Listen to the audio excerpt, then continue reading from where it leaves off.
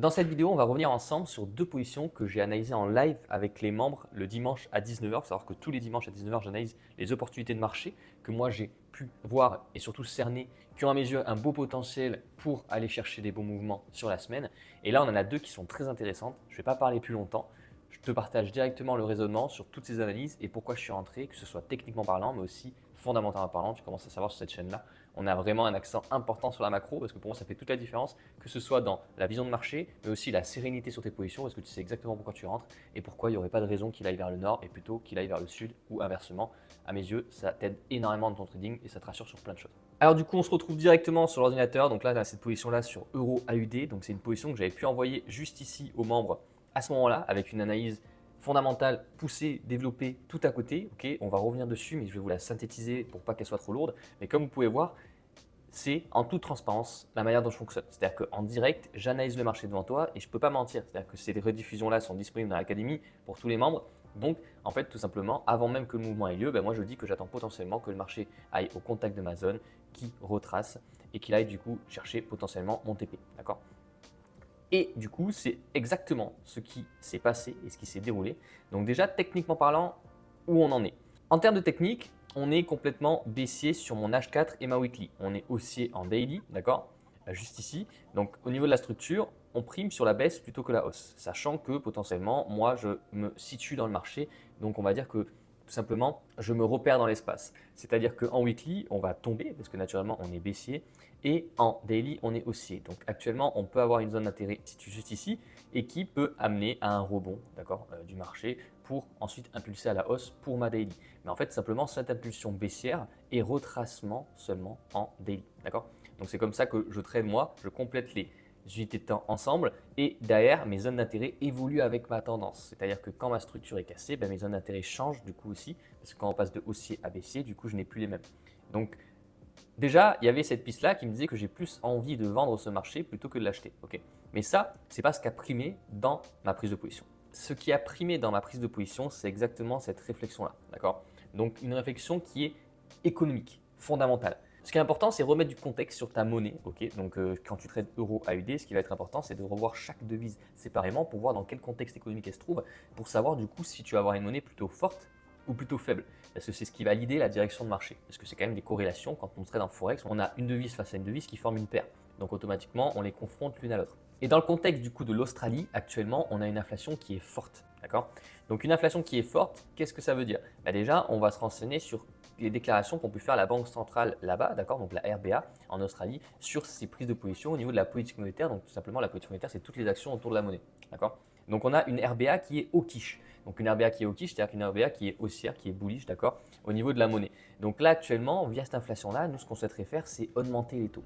Si tu augmentes les taux sur une monnaie, tu es amené à la renforcer. Parce que du coup, les intérêts sur cette monnaie sont plus élevés, donc les liquidités et les capitaux peuvent plus se placer sur cette monnaie vu que les intérêts deviennent plus importants. Donc naturellement, le retour sur investissement l'est aussi. Donc déjà, on est dans ce tableau-là.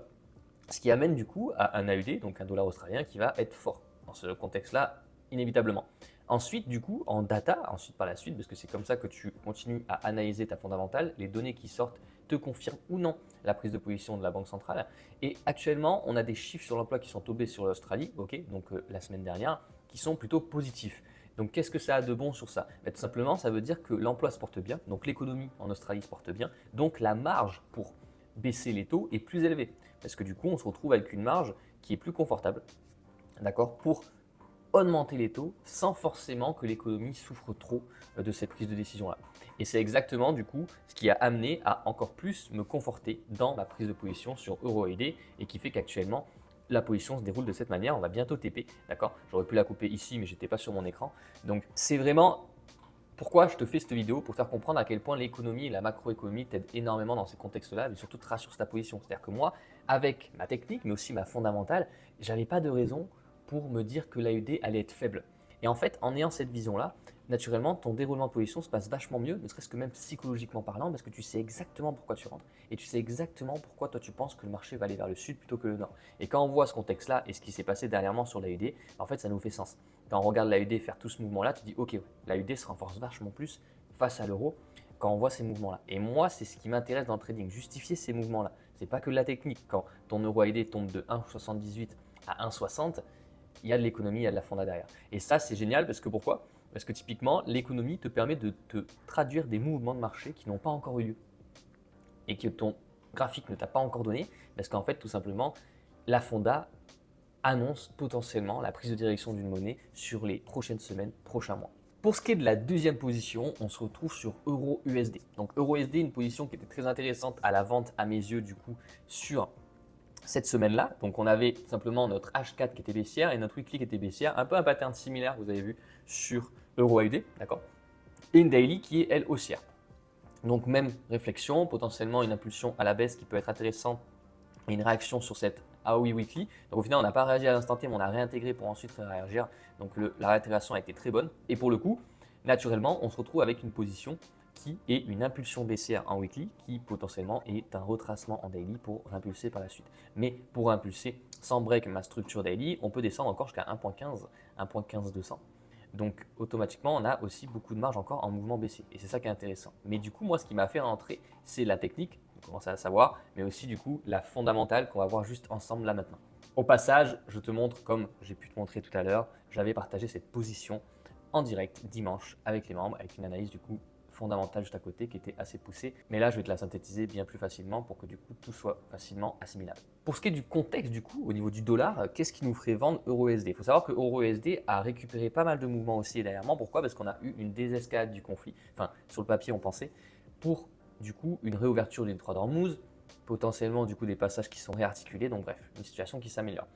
Au final, avec le blocus américain au sein du détroit d'Ormuz, l'Iran n'est pas très content de cette situation-là. Donc du coup, la désescalade n'a pas forcément lieu tout de suite, vu que l'Iran refuse encore du coup que tout soit mis en place tant que le blocus américain reste ici. Donc naturellement, ça n'enlève pas le côté conflit et choc systémique.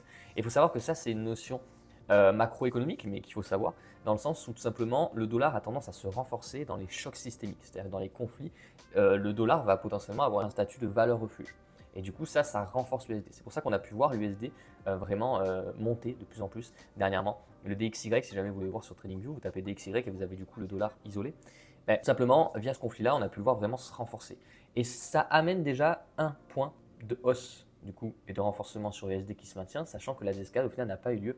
Donc ici, on a un argument en plus qui nous fait dire qu'on a eu une période du coup de retracement, d'accord, suite au fait que potentiellement le conflit s'est arrêté, et au final, ce n'est pas le cas. Donc, à mes yeux, on est toujours dans un contexte où le dollar ne va pas tout de suite s'affaiblir.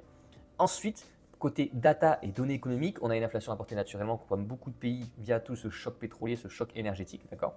Ce qui amène et ce qui entraîne automatiquement un retard du coup de baisse de taux. Et la Fed a annoncé, avec les datas qui sont sorties aussi notamment sur l'emploi et tout, ne pas être pressée, d'accord. Elle n'est pas pressée et ça ne la presse pas en aucun cas au niveau des datas qui sont sorties en plus, factuellement parlant, pour les baisser.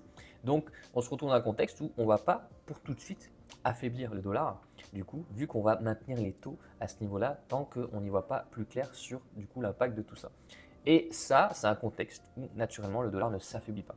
C'est ce qui amène à mes yeux à être vendeur sur EUSD parce que je pars du principe que le dollar va encore être fort et puissant.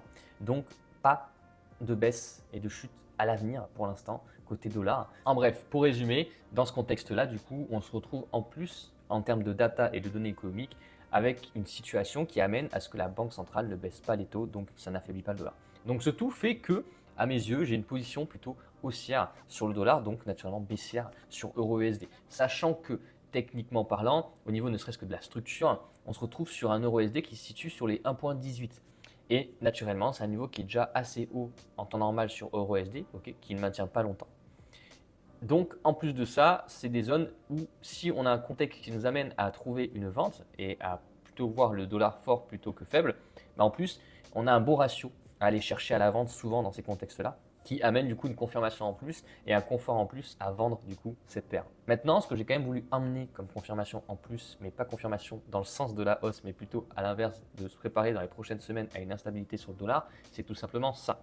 Le fait que Powell va être remplacé au sein de la Fed prochainement et ce qui amène du coup automatiquement à une future instabilité sur le dollar, même si factuellement parlant, on le voit au niveau des marchés, on n'a pas encore pricé cet événement-là, très clairement, mais c'est quelque chose à ne pas oublier. C'est le but de la fondamentale et de l'économie, justement, c'est de se préparer à l'avenir de potentiellement événements qui peuvent amener des mouvements sur les marchés, et ça, typiquement, ça en fait partie. C'est-à-dire que changer de président, changer de personne à la tête du coup de la Fed amène du coup à de l'instabilité automatiquement. Parce qu'on connaît Powell depuis un petit temps, on connaît son fonctionnement, sa manière de déclarer les choses, sa manière du coup d'aborder différents sujets. Mais là, du coup, en ayant une nouvelle personne, il va falloir s'accommoder à un nouveau comportement, s'accommoder à des nouvelles décisions, des nouvelles prises de parole, des nouvelles stratégies mises en place au niveau de la politique monétaire. Bref, il va y avoir du coup une adaptation qui va être nécessaire.